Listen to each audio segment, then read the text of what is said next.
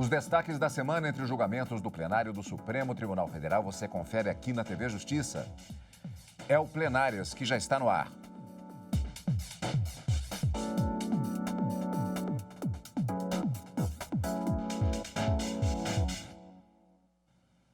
Hoje com os principais momentos da sessão do dia 10 de agosto de 2022.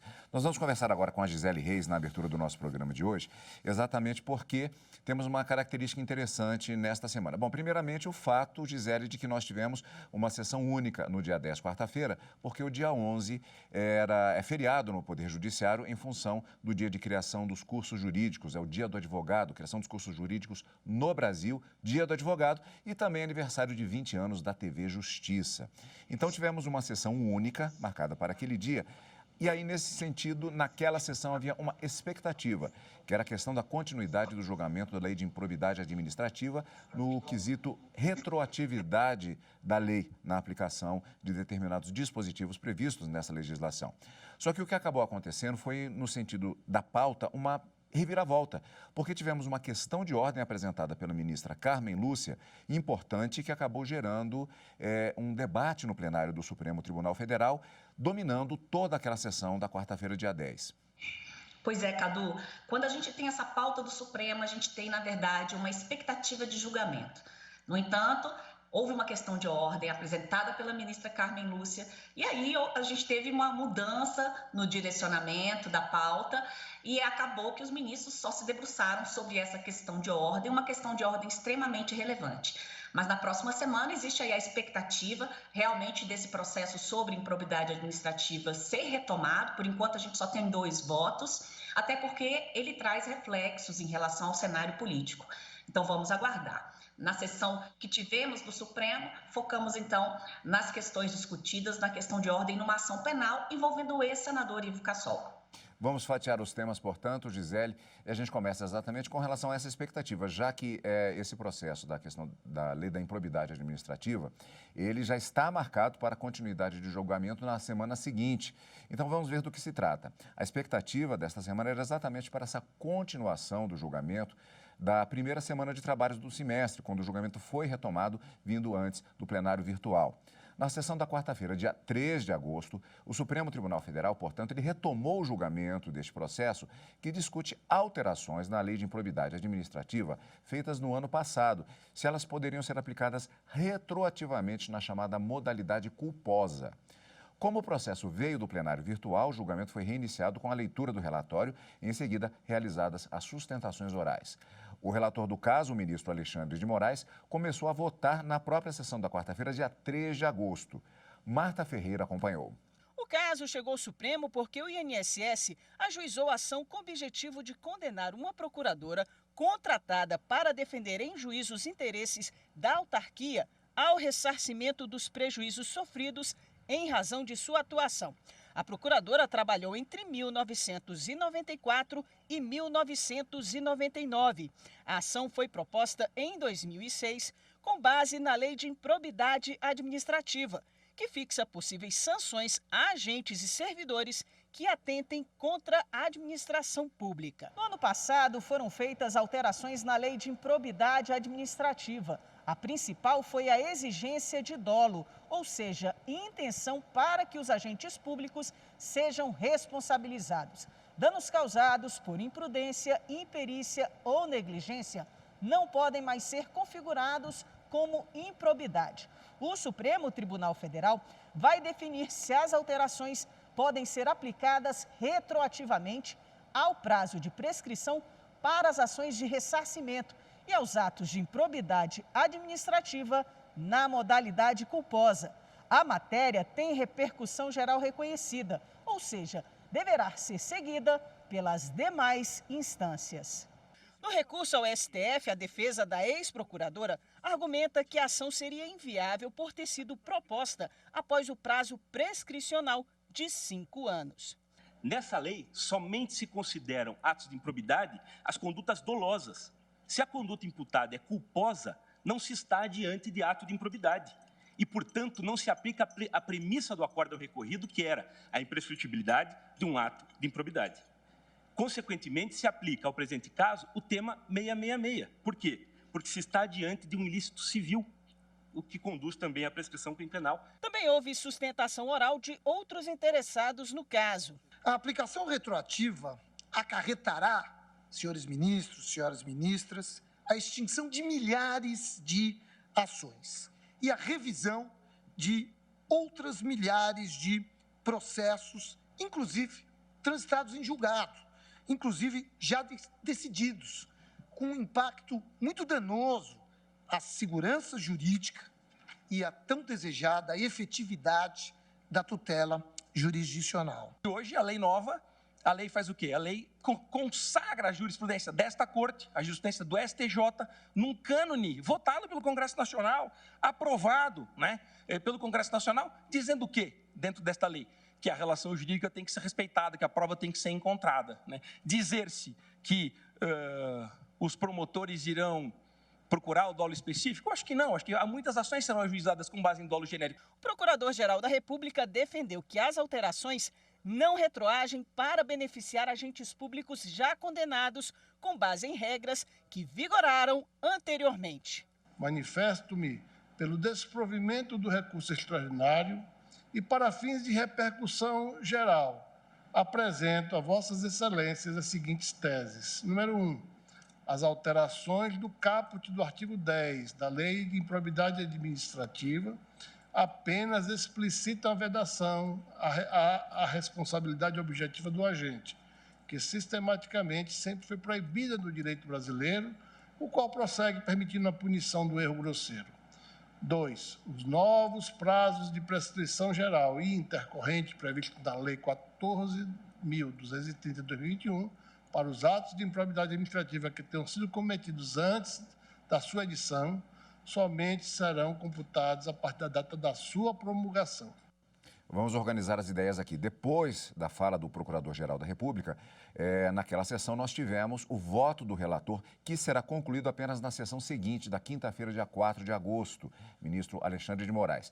Vale lembrar que nós estamos falando, nestas reportagens, da primeira semana de trabalhos do segundo semestre de 2022, que foi caracterizado pela abertura do dia 1º de agosto e as sessões nos dias 3 e 4, com a prioridade exatamente para o julgamento dessa questão da lei de improbidade administrativa. Expectativa para julgamento nesta semana, daqui a pouco vamos ver o que aconteceu, e esse processo não foi julgado, já vamos adiantando, nesta semana, e ele tem continuidade prevista na semana seguinte do plenário do Supremo Tribunal Federal. Voltando à sessão do dia 4 de agosto, quinta-feira, começando com o voto do ministro Alexandre de Moraes nesta questão da lei de improbidade administrativa. Quem acompanhou a sessão foi a repórter Marta Ferreira. O relator do caso é o ministro Alexandre de Moraes. Na retomada da sessão, Moraes destacou que a norma não prevê uma anistia geral àqueles condenados pela modalidade culposa. Em 30 anos, não houve declaração de inconstitucionalidade da modalidade culposa. Ela foi aplicada em diversos casos, a partir do devido processo legal. Aqueles condenados pela modalidade culposa, as sanções previstas na lei, não receberam uma anistia geral por parte da Lei 14.230. Que, inclusive, apesar de sugestões da Comissão de Juristas, que, inclusive, preferiu afastar qualquer regra de transição. O relator também ressaltou que a retroatividade da norma mais benéfica em favor do réu é um princípio exclusivo do direito penal. Não há retroatividade da previsão benéfica. Qual previsão benéfica? A revogação do ato de improbidade administrativa culposo por ausência de expressa previsão legal e, repito, sob pena de desrespeito à constitucionalização das regras rígidas de regência da administração pública e responsabilização dos agentes públicos corruptos seria um flagrante desrespeito e enfraquecimento do direito administrativo sancionador. Moraes afirmou que se o Estado atuou de forma regular, o encurtamento do prazo não pode prejudicar a atuação dele. A inércia nunca poderá ser caracterizada por uma lei futura que, diminuindo os prazos prescricionais, passa a exigir o impossível. Ou seja, que retroativamente o poder público, que foi diligente e atuou dentro dos prazos à época existentes, cumpra algo até então inexistente. Isso realmente é um absurdo. Como exigir o impossível do poder público, retroativamente? Poder público, você foi diligente, você atuou dentro dos prazos à época existentes. Cumpra agora um prazo que você jamais poderá cumprir porque já perdeu. O relator, então, propôs a seguinte tese para repercussão geral. Primeiro tópico, é necessária a comprovação de responsabilidade subjetiva para a tipificação dos atos de improbidade administrativa, exigindo-se nos artigos 9º, 10º e 11º da Lei de Improbidade Administrativa a presença do elemento subjetivo, dolo. 2.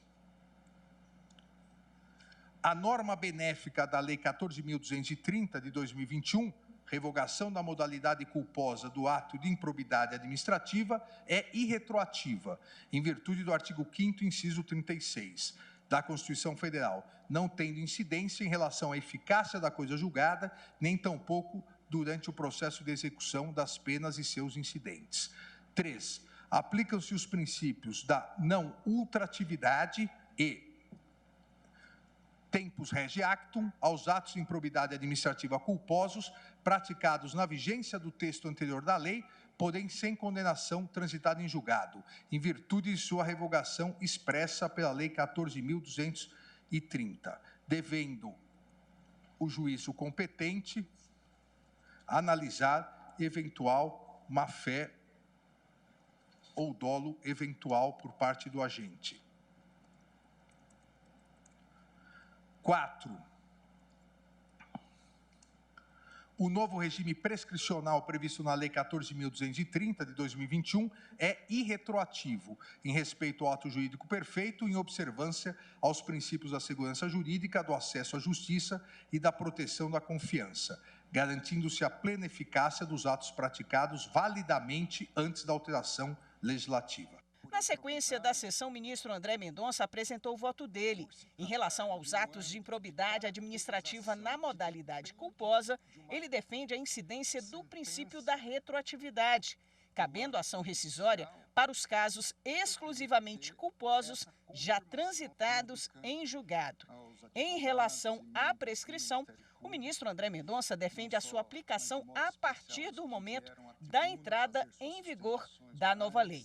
Eu defendo a aplicação imediata do prazo de 8 anos para a propositura da ação, inclusive aos processos em curso e aos fatos ainda não processados, devendo ser computado, contudo, o decurso do tempo já transcorrido durante a vigência da norma anterior. Porque sob pena de eu fazer uma soma de prazos. Por que este processo chama tanto a atenção, tanta expectativa para o julgamento? Além da questão da seriedade do trato da chamada coisa pública, particularmente do desempenho dos respectivos agentes públicos na questão da improbidade, também há um caráter de ordem político que gera uma expectativa muito grande. É ano de eleições e há alguns candidatos que já foram condenados com base na lei de responsabilidade de improbidade administrativa, melhor dizendo, esses candidatos estão na expectativa para saber se, havendo a retroatividade da lei, haveria a possibilidade de confirmação destas candidaturas para as eleições já deste ano. E, nesse sentido, a expectativa é exatamente da continuidade desse julgamento na semana seguinte, particularmente porque ainda faltam 9 votos dos ministros que compõem o Supremo Tribunal Federal, portanto, para se fechar esta questão. A expectativa era exatamente para a sessão seguinte, da quarta-feira, dia 10 de agosto. Nós vamos conferir o que aconteceu depois do intervalo aqui no Plenárias.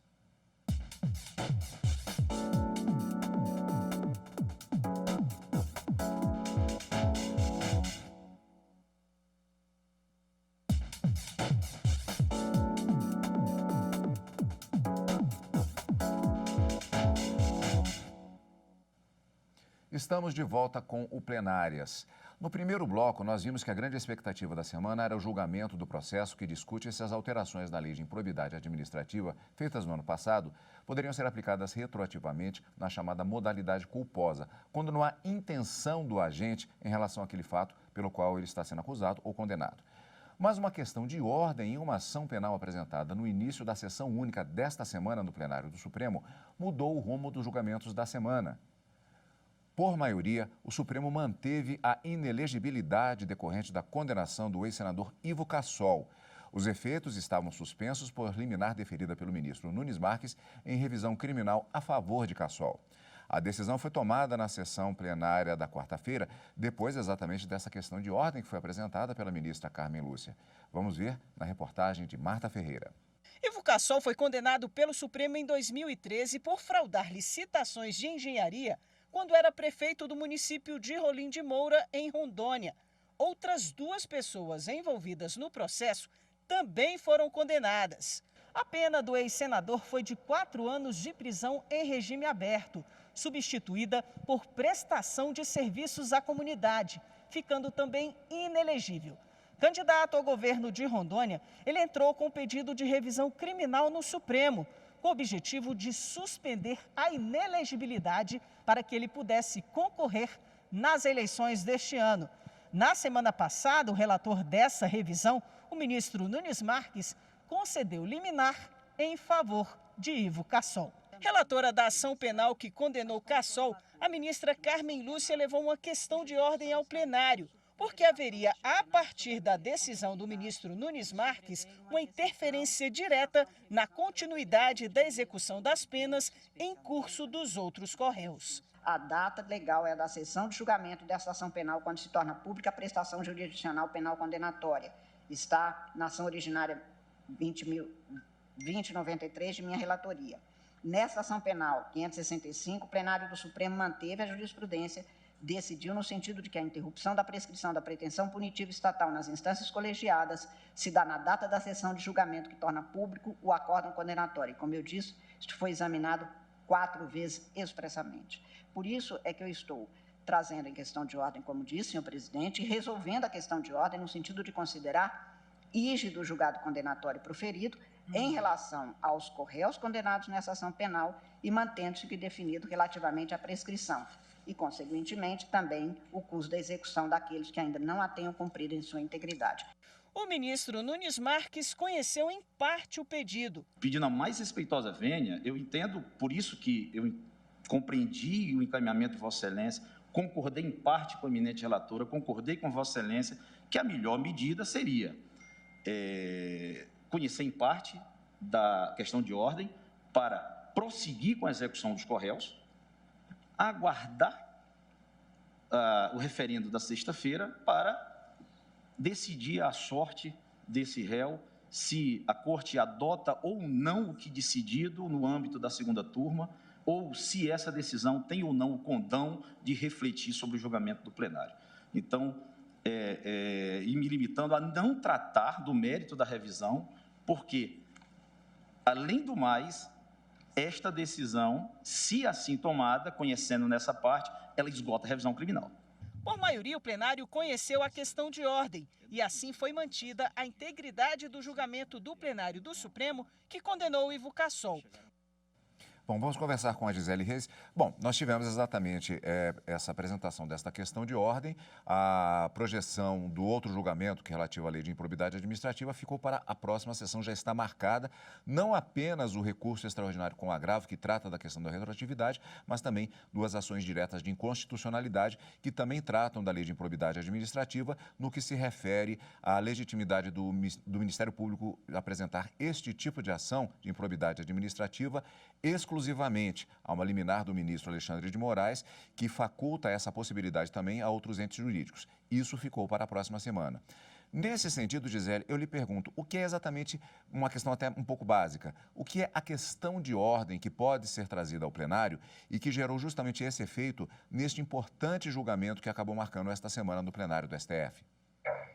A questão de ordem, ela é colocada tanto pelo relator quanto pelo presidente, também pode ser arguída pelas próprias partes ali em discussão discussão daquele processo, e ela vem exatamente para poder esclarecer algum ponto importante e que acaba interferindo no bom e regular andamento do processo. Então, quando se tem uma questão de ordem, significa assim, vamos parar toda a tramitação desse processo, por enquanto, até que se decida essa questão.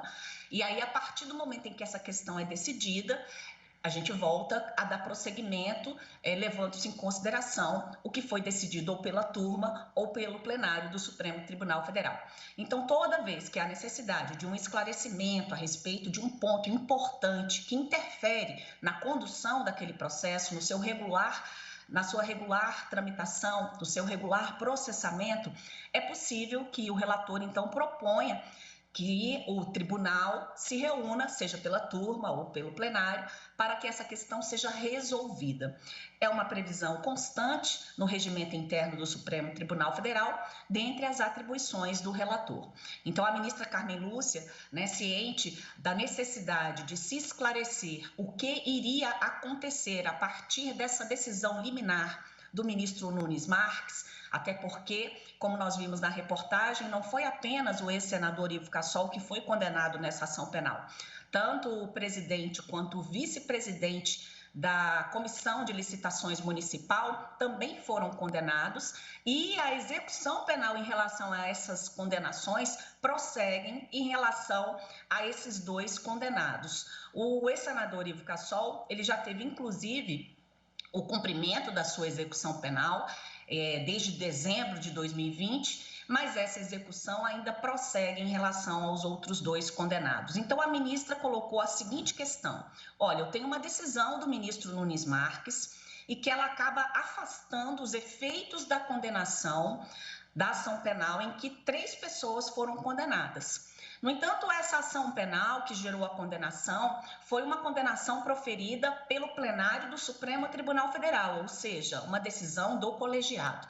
Então, a questão colocada era saber se essa decisão liminar, proferida monocraticamente pelo ministro Nunes Marques, afastaria todos os efeitos da condenação que foi imposta pelo plenário da Suprema Corte. Então, diante dessa questão, ela entendeu por bem submeter à apreciação do plenário essa questão de ordem. A questão de ordem foi, na verdade, admitida por maioria, 9 ministros acompanharam a ministra Carmen Lúcia no sentido da importância realmente de se discutir essa questão, e outros 2 ministros acabaram divergindo. E aí, como nós vimos na reportagem, os ministros entenderam por bem por manter os efeitos da condenação, que foi proferida pelo Supremo Tribunal Federal em relação aos 3 condenados e, com isso, dar prosseguimento à execução penal, não em relação ao Ivo Cassol, porque ele já cumpriu toda a pena que lhe havia sido imposta,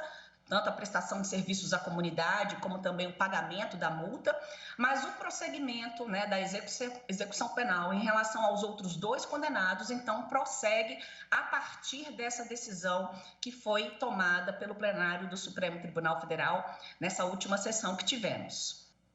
Agora, Gisele, como houve o cumprimento de pena já pelo ex-senador Ivo Cassol, e nós temos uma outra decisão exatamente a que leva à questão de ordem, mas na verdade se trata de uma revisão criminal e uma liminar concedida pelo ministro Nunes Marques, ainda expectativa sobre a questão da candidatura de Ivo Cassol também nas eleições deste ano. E, neste sentido, apesar da questão de ordem ter sido resolvida, a questão da candidatura ainda fica pendente em função exatamente desta liminar concedida pelo ministro Nunes Marques em uma revisão criminal. Essa decisão ainda ficou em vias de resolução por meio do chamado plenário virtual. Nós já temos novidade com relação a esse julgamento. Temos. Em relação a esse julgamento no plenário virtual, que, na verdade, é a confirmação ou não, é o que a gente chama de referendo da liminar, pelos demais ministros do Supremo Tribunal Federal, pelo plenário do STF.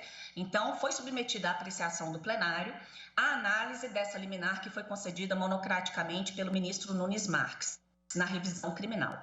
A revisão criminal, ela vem para poder corrigir algum tipo de injustiça, algum tipo de situação que, a partir de dados novos, posteriores à condenação, fatos que surgiram depois, pode haver ali uma mudança de entendimento e trazer uma nova análise em relação àqueles fatos apresentados, podendo inclusive gerar, por exemplo, uma absolvição, se for o caso. Então, a revisão criminal, houve essa decisão liminar pelo ministro Nunes Marques, que apenas suspendeu os efeitos da condenação, tornando, portanto, o ex-senador elegível, né? Restabelecendo ali as suas condições para ser eleito. No entanto, com a decisão do plenário do STF na questão de ordem, nós tivemos, então, na verdade, uma situação em que essa decisão do ministro Nunes Marques só passaria a ter validade a partir do referendo, né, pelo plenário do Supremo Tribunal Federal, que ficou marcado para sexta-feira.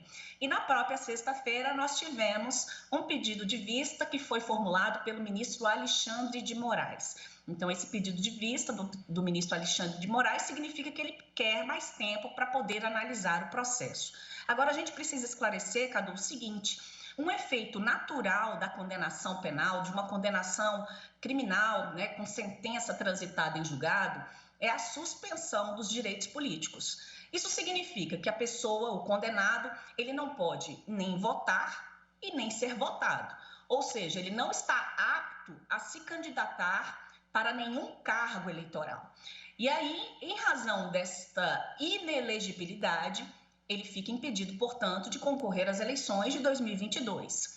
Quando houve o pedido, né, desse pedido cautelar na revisão criminal apresentada pelo ex-senador Ivo Cassol, ele exatamente manifestou o interesse de concorrer ao governo do estado de Rondônia e argumentou ali várias questões, como uma questão relacionada à prescrição. Então, há algumas situações jurídicas que ainda serão decididas por ocasião do julgamento do mérito da revisão criminal.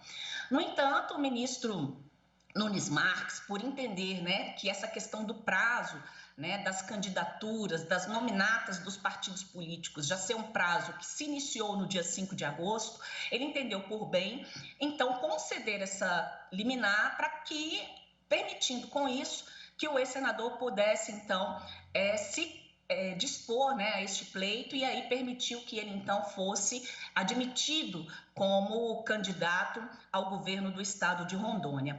Mas essa questão toda ainda será decidida por ocasião da revisão criminal. Por enquanto, o que nós temos é que essa decisão do ministro Nunes Marques, ela só vai produzir efeitos a partir do momento em que o Supremo Tribunal Federal, o plenário, referendá-la. E exatamente pelo fato de ser uma decisão monocrática e por nós termos anteriormente uma decisão do plenário de uma sentença condenatória, sentença essa condenatória que suspende os direitos políticos de quem é condenado.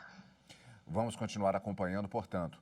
E ainda nesta quarta-feira, dia 10 de agosto, o plenário do Supremo Tribunal Federal elegeu a ministra Rosa Weber para presidir a Corte e o Conselho Nacional de Justiça. Ela vai suceder o ministro Luiz Fux, presidente do STF no último biênio. A posse está prevista para o dia 12 de setembro. Na mesma eleição, o ministro Luiz Roberto Barroso foi escolhido para assumir a vice-presidência. A votação seguiu a linha sucessória determinada pela antiguidade.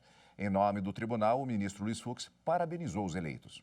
Eu quero desejar a ambos uma direção de muito êxito e sucesso e que consigam todos realizar os seus ideais, os seus projetos, que são projetos coesos em relação à vontade de todos nós. E, acima de tudo, que Deus proteja a ambos nessa nobilíssima função que é a presidência e a vice-presidência da Suprema Corte do Brasil.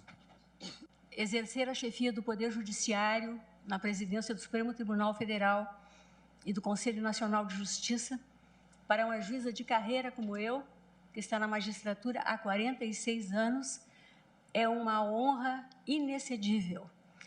E, sobretudo, quando se tem a sorte de ter como companhia na vice-presidência um ministro generoso, competente e amigo, como o ministro Luiz Roberto Barroso. E, em especial, nesses tempos tumultuados que nós estamos vivendo, o exercício deste cargo trata-se de um imenso desafio, como bem Vossa Excelência pode atestar, ministro Fux. Mas eu vou procurar desempenhá-lo com toda a serenidade e com a certeza do apoio de Vossas Excelências, que para mim será fundamental, e sempre na defesa da integridade e na soberania da Constituição e do regime democrático.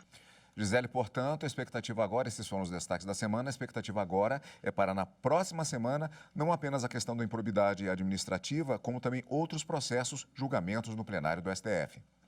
Sim, eu estarei aqui para poder dar detalhes sobre todos eles, Cadu. Até lá.